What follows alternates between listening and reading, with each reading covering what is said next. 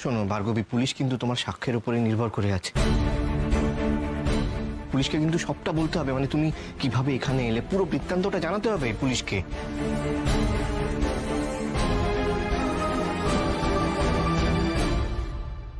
ভার্গবী দিদি, তুমি সত্যের পথটা বেছে নাও, দেখবে মা তোমার সঙ্গে থাকবেন, কেউ তোমার কিচ্ছু করতে পারবে না, আমি কথা দিচ্ছি। ডাক্তারবাবু, আমরা ভার্গবী দিদিকে একটু ধাতস্থ হবার সময় দিই, তারপর ভার্গবী দিদি শান্ত মনে আমাদেরকে সব সত্যি কথা বলবে।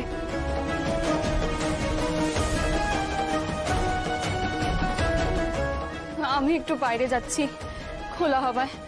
আমার এখানে দম বন্ধ হয়ে আসছে। আমি তোমাদের সব কথা শুনতে রাজি আছি, কিন্তু আমি ঘোষাল বাড়িতে কিছুতেই ফিরে যাব না।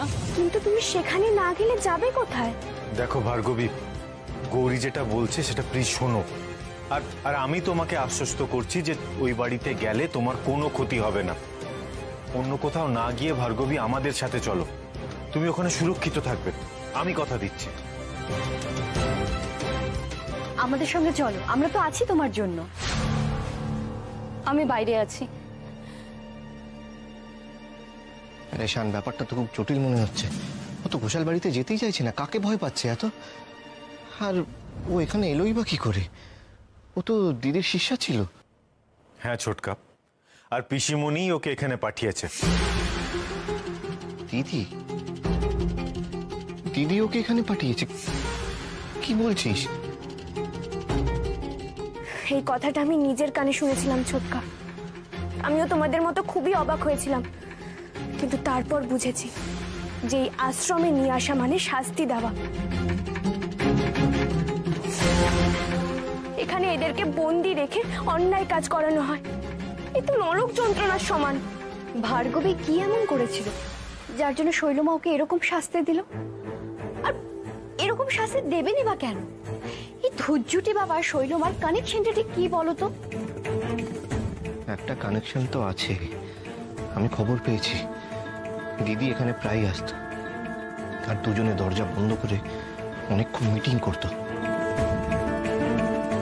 দেখো ছোটকা, আমাদের ব্যবসার গুডউইল নিয়ে কারোর পক্ষে নকল রত্নের ব্যবসা করা সম্ভব নয়। নিশ্চয়ই আমাদের বাড়ির কেউ এর সাথে যুক্ত আছে।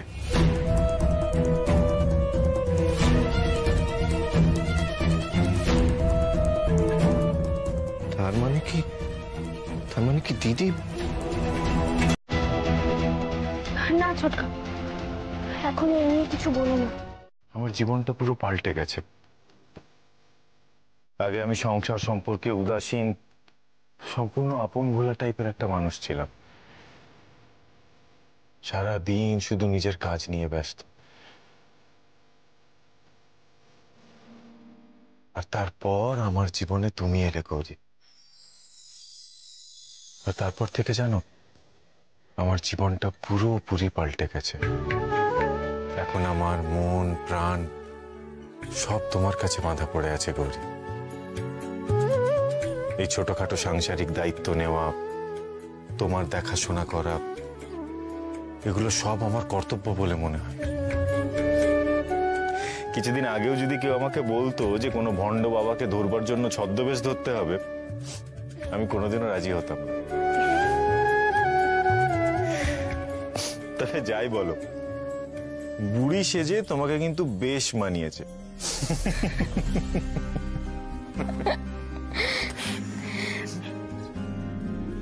ডাক্তারবাবু, তোমাকেও কিন্তু বুড়ো সেজে বেশ লাগছে। আমি কিন্তু চাই এভাবেই আমরা একসঙ্গে এই বয়সটাতে পৌঁছতে। দাদু বলে জানো তো, যে এটাই তো স্বামী স্ত্রীর সম্পর্ক। প্রকৃতি আর পুরুষ যুগে যুগে এক হয়ে যায়, অনন্তকাল জুড়ে এক হয়েই থাকে। কোনোদিন তাদের মধ্যে কেউ বিচ্ছেদ ঘটাতে পারে না।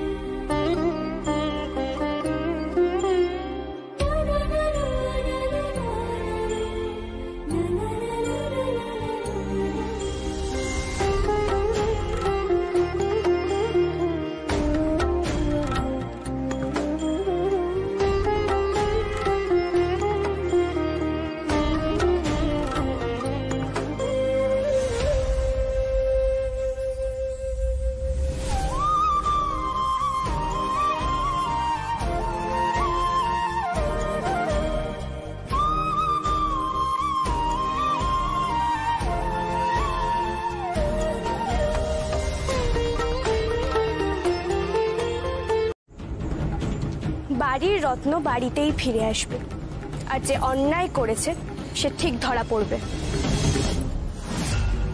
তোমার জন্য একটা সারপ্রাইজ আছে পিসিমণি। কালকে আমাদের একজনের সাথে দেখা হয়েছে, আর আশা করছি তুমিও তাকে দেখলে খুব খুশি হবে। কে, কার সঙ্গে? আর একটু ধৈর্য রাখ না, একটু পরেই দেখতে পাবি, তাই না শান?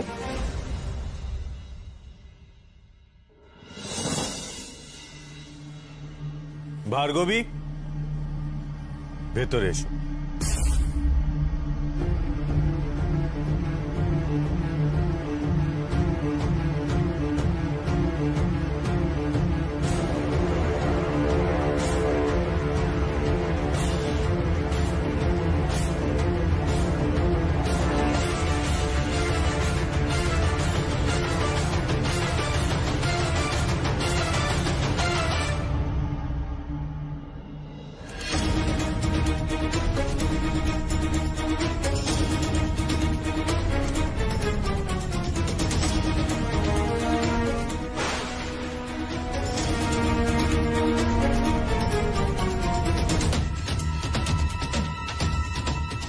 ভার্গবী,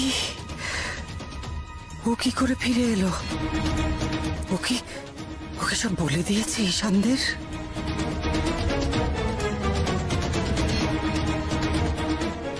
কি ভার্গবী, ও কোত্থেকে এলো? কোথা থেকে এলো সেটা তো ইম্পর্টেন্ট নয় পিসিমণি, ও কেন এখানে এসেছে সেটা বেশি গুরুত্বপূর্ণ। ওই মেয়েটাকে এখানে কে নিয়ে এসেছে? কার এত স্পর্ধা? বলো, আমি জানতে চাই কার এত দুঃসাহস যে এই মেয়েটাকে এই বাড়িতে আবার নিয়ে এসেছে। তোমরা কি সবাই ভুলে গেছো ও কি করেছে, কত বড় অপরাধ করেছে ও? এই মেয়েটার জন্য আমাদের পরিবারের নাম ধুলোয় মিশতে চলেছিল। এই মেয়ের জন্য কত নিরীহ মানুষ মরতে বসেছিল। কি অসহ্য যন্ত্রণা!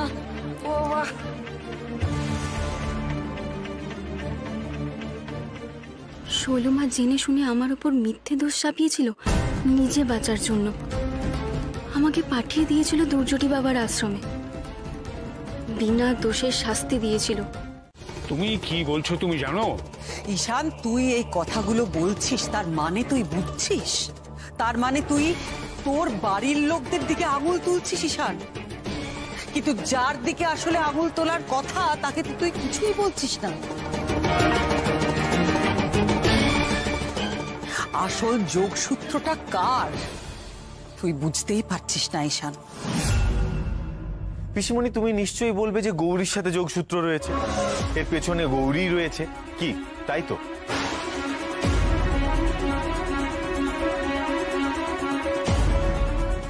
আচ্ছা পিসিমণি, তুমি আমাকে একটা কথা বলো তো, তোমার সমস্যাটা কি? ঈশান, পিসিমণি, বাড়িতে যাই হোক না কেন তুমি গৌরীর দিকেই তীর কেন ঘুরিয়ে দাও বলো তো? গৌরীর ওপর তোমার কিসের রাগ?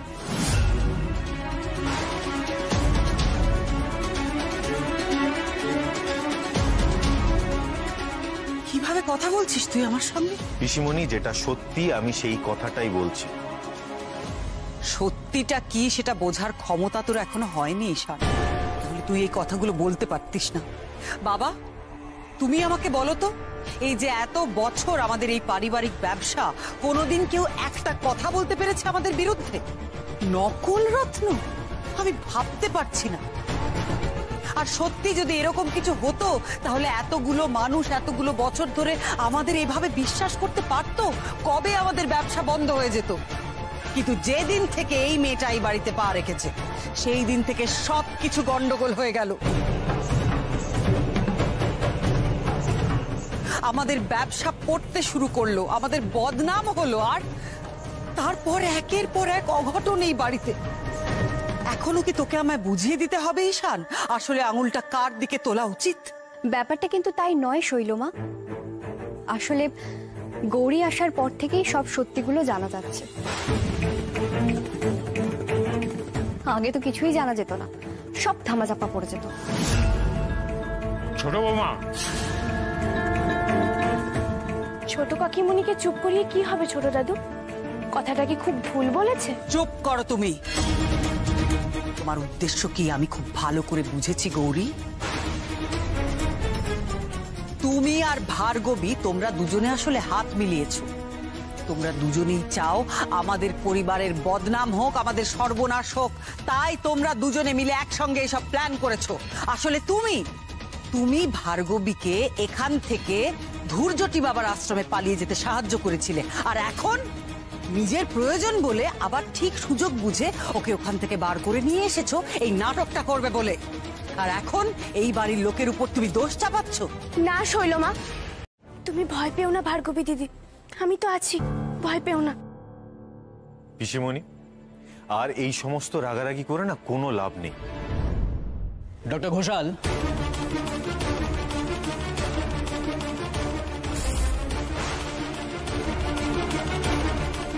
আপনার সঙ্গে আমার আগেই কথা হয়ে গিয়েছিল। ওই ধূর্যটি বাবার কাছ থেকে অনেক রত্ন উদ্ধার হয়েছে।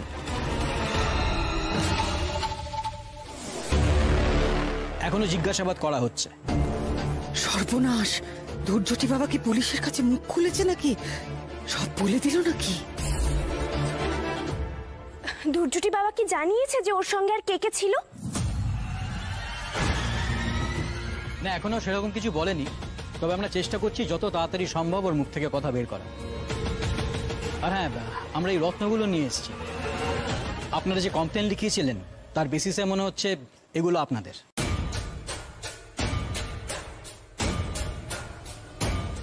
দেখি। হ্যাঁ হ্যাঁ, সে তো বটেই, এ তো আমাদেরই।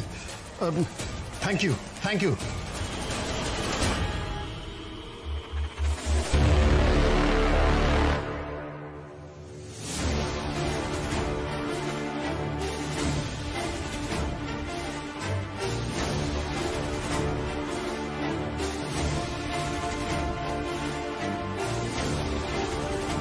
বাবা, পাথরগুলোর মধ্যে কয়েকটা আসল আর কয়েকটা নকল।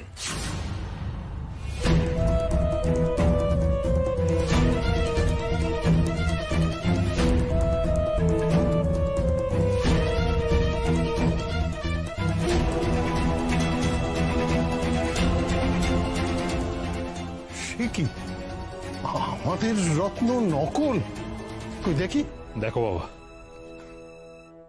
দুটো পাথর দেখতে হুবহু এক, দেখে চেনার উপায় নেই কোনটা আসল কোনটা নকল, কিন্তু এইটা আসল, এটা সিনথেটিক।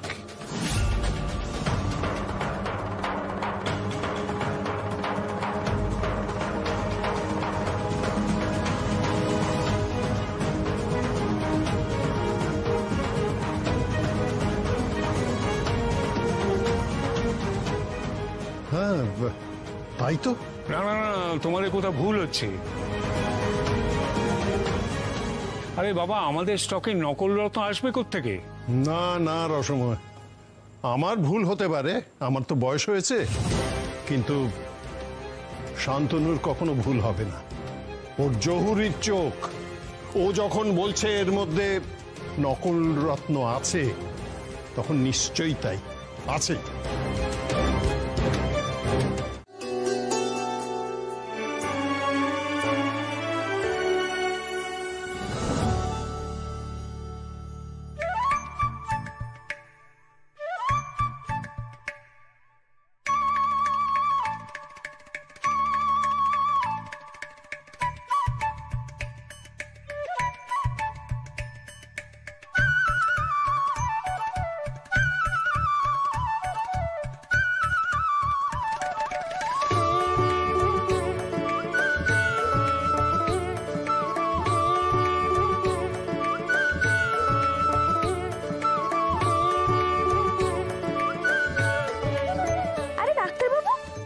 নাও, অনেক লাফালাফি করেছো, এবার বাজাও। অদ্ভুত ব্যাপার গৌরী, তুমি এর পরেও নাগাল পাচ্ছ না? তোমার নাম গৌরী না হয়ে গুড়গুড়ি হওয়া উচিত ছিল। আমি মোটেই গুড়গুড়ি নই, ঘন্টাটা অনেক উঁচু, আর সবাই তো তোমার মতো লম্বা হয় না। আচ্ছা দাঁড়াও, নাও।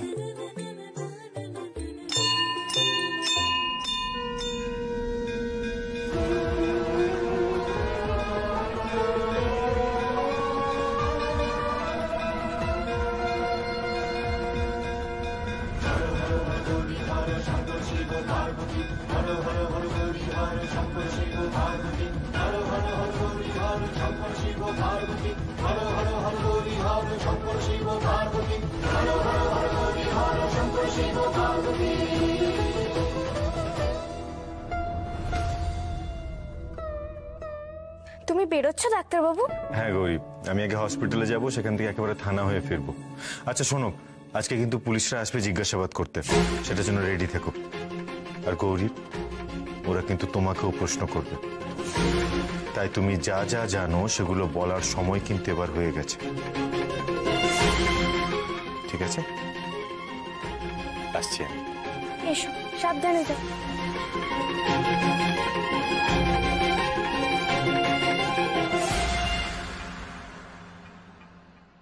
দুর্গা দুর্গা।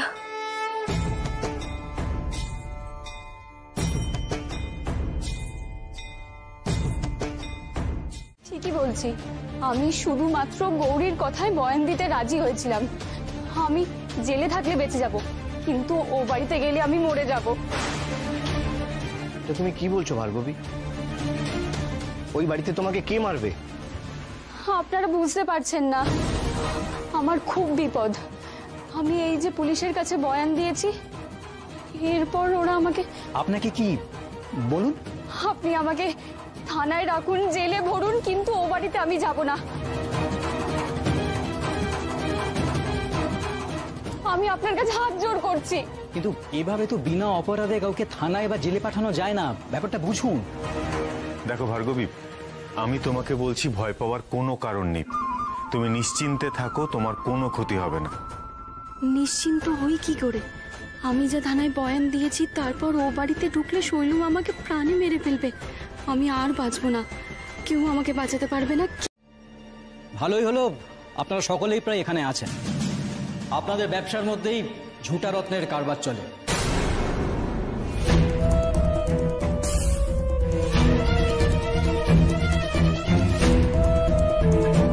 আর সেখান থেকেই বাবার ব্যবসা চলত। কি কি বলছেন আপনি অফিসার? এই জন্যই আমাদের রত্নের মধ্যে নকল রত্ন ছিল। না না, এ তো মারাত্মক ব্যাপার, এতে তো আমাদের গুডউইল নষ্ট হবে, আমাদের ব্যবসার ক্ষতি হবে। শুধু তাই নয়, এটার জন্য প্রতারণার মামলা হতে পারে।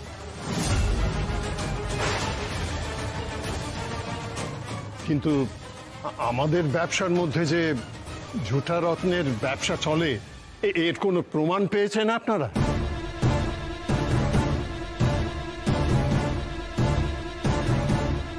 অবশ্যই, এবাড়ির মেজ ছেলে অতনু ঘোষাল এই ব্যবসার সাথে জড়িত।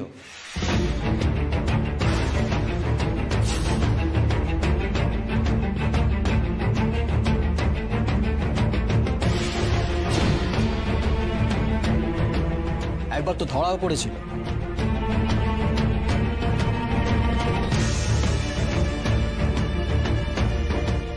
না না না, এই কথা সত্যি নয়, কখনোই সত্যি নয়। উনি কখনোই নকল রত্নের ব্যবসা করেন না, ওনাকে ফাঁসানো হয়েছিল, বিশ্বাস করুন। পুলিশ প্রমাণ ছাড়া কিছু করে না।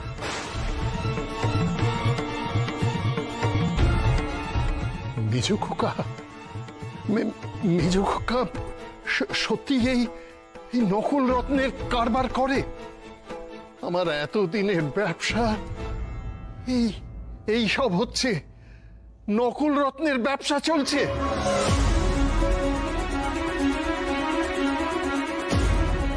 ভাই ভাই, তুই চুপ করে থাকিস না, তুই কিছু বল। আমি কি বলবো দাদা, আমি তো এর বিন্দু বিসর্গ জানি না।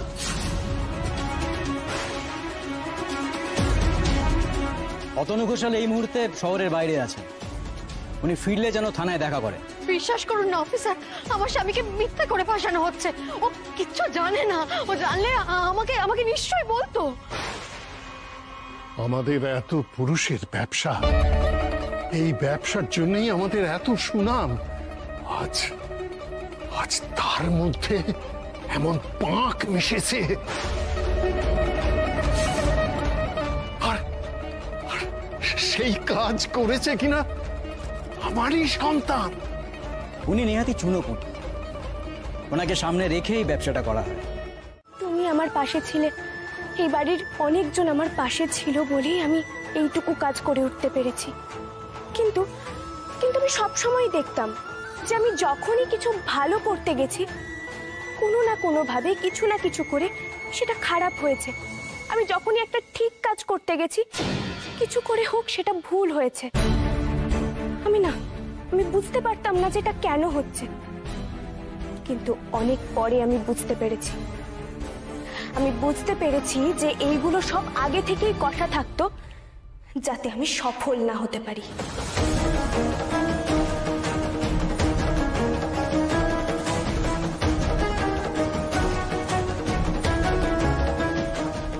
তুমি কি বলতে চাও? বাড়ির কেউ তোমার বিরুদ্ধে চক্রান্ত করেছে? তোমার কথার মানে তো তাই দাঁড়ায়। তোমাকে অপছন্দ করা আর তোমার বিরুদ্ধে চক্রান্ত করা এই দুটো এক জিনিস নয় গৌরী। তোমরা সবাই কি করছো? চুপচাপ দাঁড়িয়ে দাঁড়িয়ে গৌরীর যা বাজে কথা বলছে সেগুলো শুনছো? তোমরা কি এখনো বুঝতে পারছো না এই মেয়েটা কি করার চেষ্টা করছে? আমাদের পরিবারের সকলের সঙ্গে সকলের ভাঙন ধরানোর চেষ্টা করছে এই মেয়েটা। আমাদেরই মাঝখানে দাঁড়িয়ে, আমাদেরই বাড়িতে দাঁড়িয়ে, আমাদেরই একে অপরের দিকে বিষ ছুঁড়ে ফেলতে বাধ্য করছে এই মেয়ে। দিদি আবার আবার আবার তুই ওকে বাধা দিচ্ছিস। কখনো গৌরীকে কোনো কথা শেষ করতে দিস না কেন বলতো? আমি জানি ও যাই বলুক না কেন তুই তার বিরোধিতা করবি, কিন্তু ওর কথাটা শেষ হতে দে, তারপরে যা বলার বল প্লিজ। বলো বলো গৌরী, তুমি যা বলতে চাও বলো। যদি কেউ এ বাড়ির ইচ্ছে করে গৌরীকে বিপদে ফেলতে চায় সেটা আমাদেরও জানা উচিত। তুমি বলো গৌরী। আমি কখনো আমার দুঃস্বপ্নেও ভাবিনি যে আমি কারোর এতটা চক্ষুশূল হতে পারি যার জন্য প্রতিটা পদে প্রতিটা মুহূর্তে আমাকে বিপদে ফেলার চেষ্টা করবে। কিন্তু শুধুমাত্র আমার মায়ের আশীর্বাদে আমি প্রতিবারই সব বাধা অতিক্রম করে গেছি।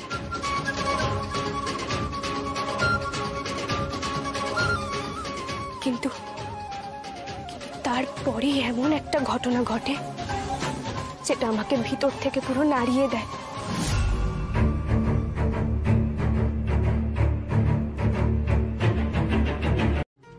আর আমার বাড়ির কেউ এর সাথে যুক্ত রয়েছে। এসব কি বলছে রে গৌরী? বাড়ির কেউ ওকে ফাঁসানোর চেষ্টা করেছে? হ্যাঁ জেম্মা, তাই তো শুনছি। কিন্তু সে কে এরকম ব্যবহার করছে গৌরীর সঙ্গে? না গো বলা দিদি, একবার নয়, এরকম বহুবার একই জিনিস ঘটেছে। বারবার আমাকে ভুল প্রমাণিত করা হয়েছে ইচ্ছাকৃতভাবে। এই বাড়ির প্রত্যেকটা মানুষকে আমি সত্যিই নিজের আপনজন বলে মনে করি। আমি তো অভাগী, এখনো অব্দি নিজেও জানি না যে কে আমার বাবা মা, কিন্তু শুধু এইটুকু জানি যে আমি অনাথ। আমার যে পালিতা মা, সে আমাকে নিজের সন্তানের মতোই ভালোবেসেছে। আর যখন তোমাদেরকে পেয়ে, এই পরিবারকে পেয়ে আমি প্রত্যেকটা মানুষকে আঁকড়ে ধরতে চেয়েছিলাম, ঠিক তখনই এই পরিবার থেকে আমাকে দূরে চলে যেতে হলো। আমার জন্ম পরিচয় না জানাটা আমার দোষ, আমার অপরাধ হয়ে দাঁড়ালো। বলিস না মা, বলিস না, এসব কথা আর মনে করিয়ে দিস না। এই আমাদের লজ্জা। কতখানি যন্ত্রণা নিয়ে এতদিন কাটিয়েছিস সেটা আমরা সব বুঝতে পেরেছি, কিন্তু আমরা কোনো প্রতিবাদ করতে পারিনি, কোনো কথা বলতে পারিনি, সবাই চুপ করেছিলাম। না গো বাবা, আমি কাউকে দোষারোপ করার জন্য কিচ্ছু বলিনি গো। আমি শুধু কোন পরিস্থিতিতে দাঁড়িয়ে এই কথাগুলো বলার শক্তি পেয়েছি আমি শুধু সেটাই বলছি। নাহলে আগের গৌরী হলে না এই কথাগুলো বলে উঠতে পারতাম না বাবা। কিন্তু আঘাত পেতে পেতে আমাকেও শক্ত হতে হয়েছে। ডাক্তারবাবু বলেছেন আমাকে যে আমাকে কথা বলতে হবে, চুপ করে থাকলে হবে না। বলো গৌরী, সেটা শোনার জন্যই তো আমরা অপেক্ষা করে আছি। কে বা কারা তোমাকে এত কষ্ট দিয়েছে সেটা আজ সবার সামনে বলো। থামো। অনেকক্ষণ ধরে আমি সহ্য করছি এই নাটক। দাঁড়িয়ে দাঁড়িয়ে নিজের দুঃখের কাহিনী শোনাচ্ছে, আর আমরা পরিবার শুদ্ধ লোক পুজো বন্ধ করে এখানে দাঁড়িয়ে দাঁড়িয়ে ওর বাজে বকা শুনছি।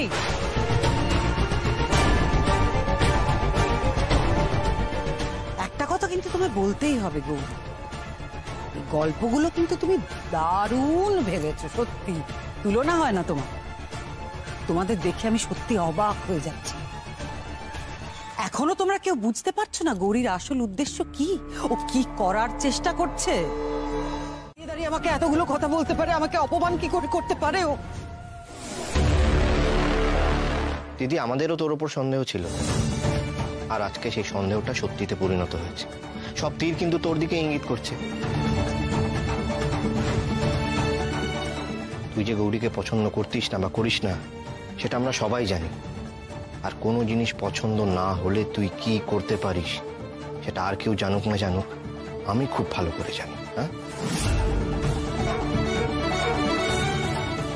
আমি বারবার বারণ করেছিলাম, শেষ পর্যন্ত আমাকে এই দিনটা দেখতে হলো। মাগো, আমার সন্তান এরকম অন্যায় করেছে, লজ্জায় যে আমার মাথা হেঁট হয়ে যাচ্ছে। আমাকে একটা কথা বলো তো, কে কে এই গৌরী, যার শুধু কথা শুনে তোমরা তোমরা আমাকে অবিশ্বাস করছো? কে ও? আমি ভালো করে বলছি, সবাই শুনে নাও। ধৈর্যটি বাবার সঙ্গে আমার কোনোদিন কোনো ব্যবসায়িক সম্পর্ক ছিল না। ধৈর্যটি বাবার সঙ্গে আমার শুধুমাত্র ঘোমটাকালী মায়ের জন্যই যোগাযোগ। উনি এখান থেকে চলে যাওয়ার পর আমার সঙ্গে ধৈর্যটি বাবার কোনো যোগাযোগই হয়নি, কোনো কথাই হয়নি আমার। আর কি করে তুমি এখানে দাঁড়িয়ে দাঁড়িয়ে আমার নামে এত বড় অপবাদ দিচ্ছ গৌরী? কি প্রমাণ আছে তোমার কাছে? পিসিমণি, একটা কাজ করো তো, তোমার ফোনটা দেখাও।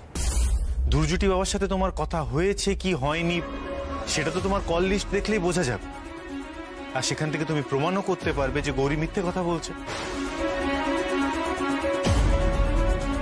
হচ্ছে যে আমার ফোনটা দেখা হবে এটা প্রমাণ করার জন্য যে আমি কোনো অপরাধ করেছি কিনা। যদি আমি মিথ্যে কথা বলে থাকি, যদি সত্যিই আপনার ফোনে ধৈর্যটি বাবার সঙ্গে কথাবার্তার কোনো প্রমাণ না থাকে, তাহলে আমি কথা দিচ্ছি আমি এক্ষুনি এই বাড়ি থেকে বেরিয়ে যাব, আর কোনোদিনও এই বাড়িতে আমি পা রাখবো না। তোমরা বোধহয় ভুলে যাচ্ছ আমি জাগতিক মোহ মায়ার অনেক ঊর্ধ্বে। কি মনে করছে এই মেয়েটা? ও কি আমার সমকক্ষ? আমার সমকক্ষ?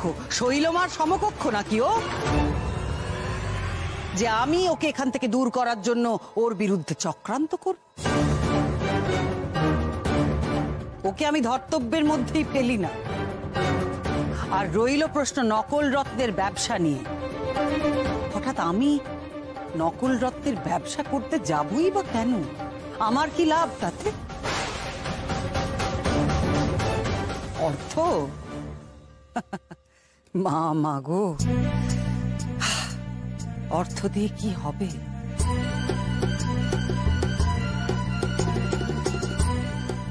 আমি আমার মায়ের কাছ থেকে যা পেয়েছি তা কোনো সম্পত্তি, কোনো রত্ন, কোনো কিছুর সঙ্গেই তার তুলনা করা যায় না। আর পুলিশ তো বলেই গেল এই সবটাই মেজদার কারসাজি। কখনো না।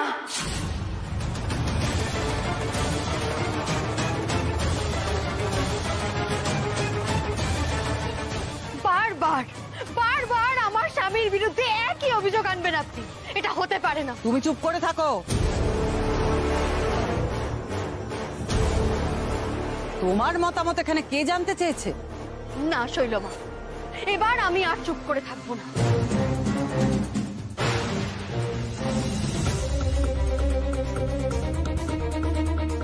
এবার আমাকে বলতেই হবে, কারণ প্রত্যেকবার আমার স্বামীর ওপরই এই বদনামটা এসে পড়ে।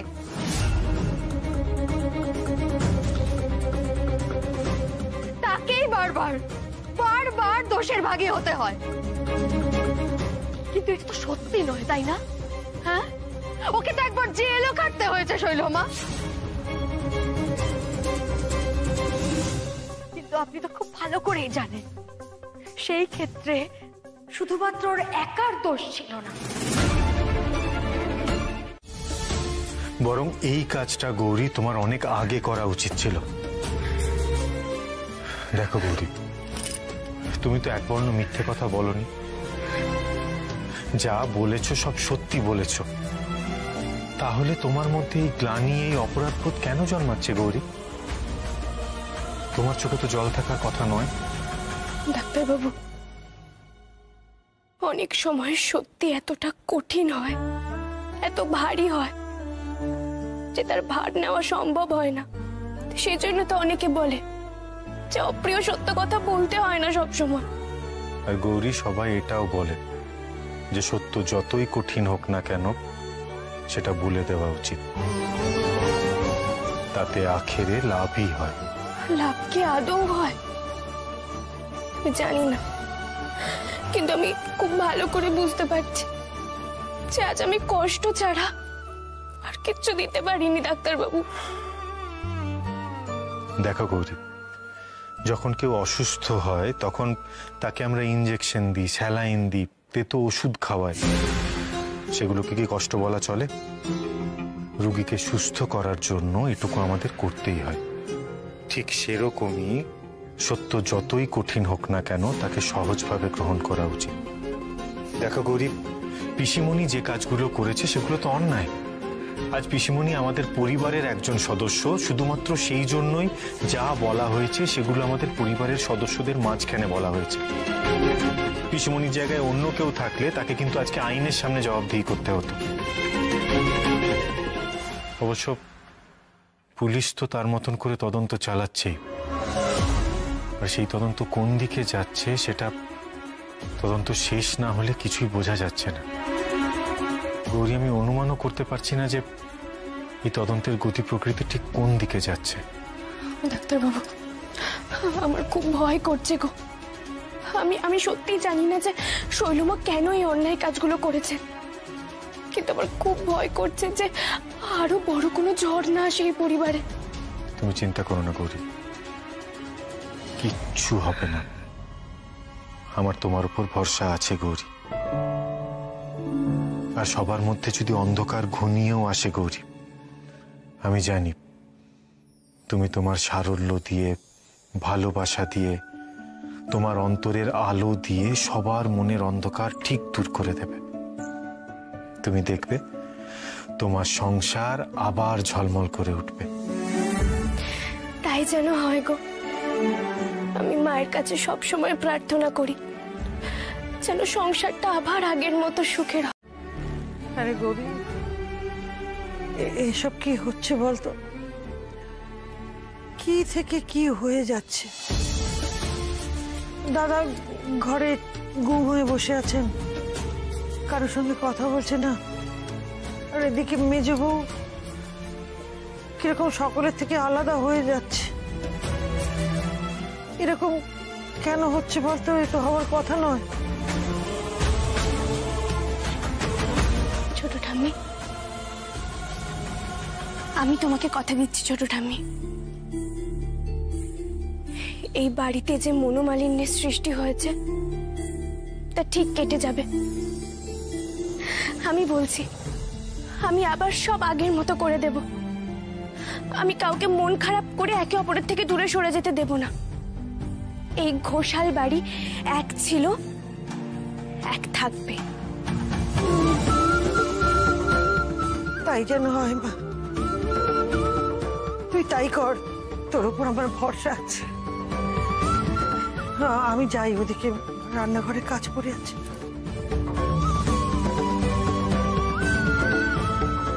ছোট কাকিমণি, তুমি অফিসে যাবে তো? চলো আমি তোমায় ড্রপ করে দিই। চিকু বাবু, চললাম তাহলে। বাই। আসছি গৌরী। সাবধানে যাও। আসছি। হ্যাঁ, এসো।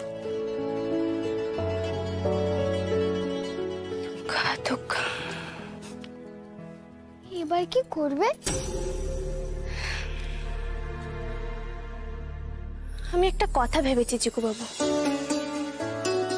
যাতে বাড়ির সবাই আবার এক হয়ে যায়। বেশ, কিন্তু তোমার প্ল্যানে আমাকে নেবে তো? আজ আমার স্কুলের ছুটি, তাই তোমার সঙ্গে আমিও থাকবো। আচ্ছা ঠিক আছে।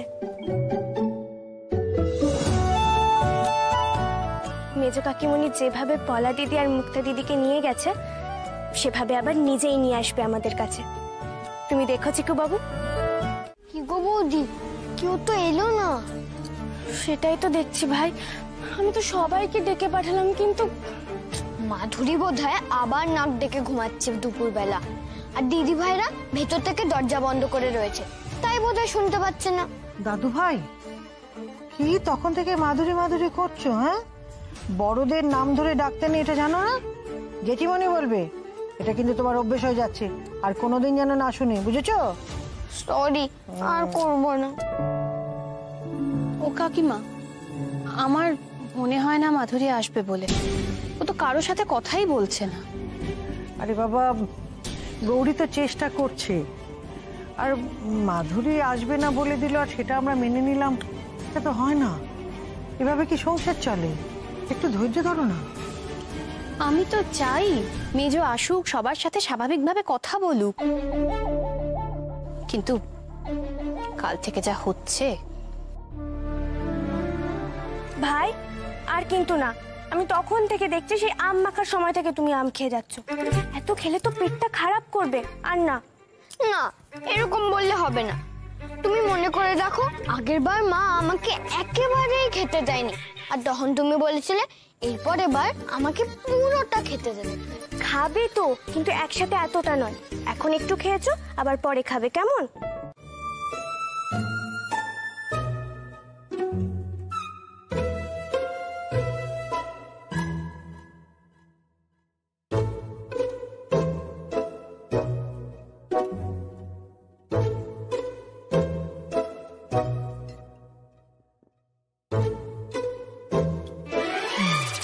চিকু বাবু, আমি ঠিক জানতাম তুমি এখানেই আসবে।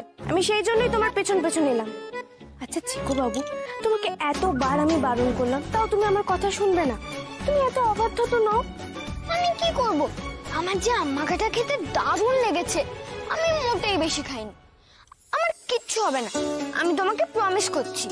আমাকে আরেকটু খেতে দাও না গো বৌদি। দেখলে তো, তখন আমি সবাই শুরু করছিলাম খেতে, তখনই দিদি ভাইরা চলে এলো। আচ্ছা, তুমি আম মাখা খাবে তো?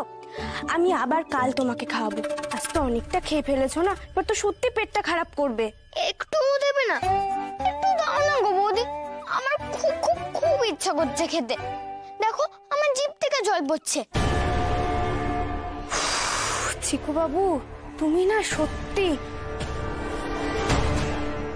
ঠিক আছে, এই আমি একটা দিলাম, এর থেকে বেশি কিন্তু চাইবে না তুমি, ঠিক আছে? এই নাও।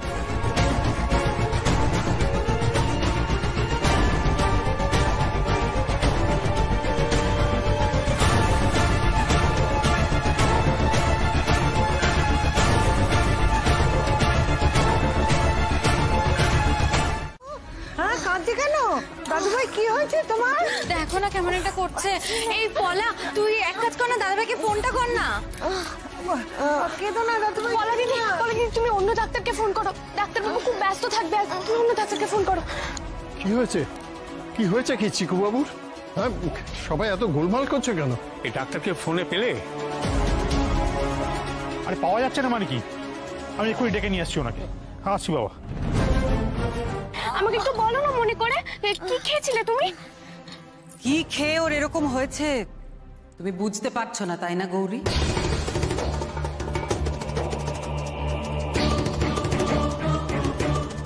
গৌরীর কথা শুনে তোমরা যে যাই মনে করো, ওর কথা শুনে তোমরা হয়তো এটাও বিশ্বাস করতে পারো যে আমি এই পরিবারের শত্রু। কিন্তু আমি তো জানি আমি চিরকাল এই পরিবারের মঙ্গল কামনা করে এসেছি, আর আমার জীবনের শেষ দিন অবধি আমি তাই করে যাব। আর শৈলমার চোখে কিছু এড়ায় না। চিকুর আজ এই অবস্থার জন্য দায়ী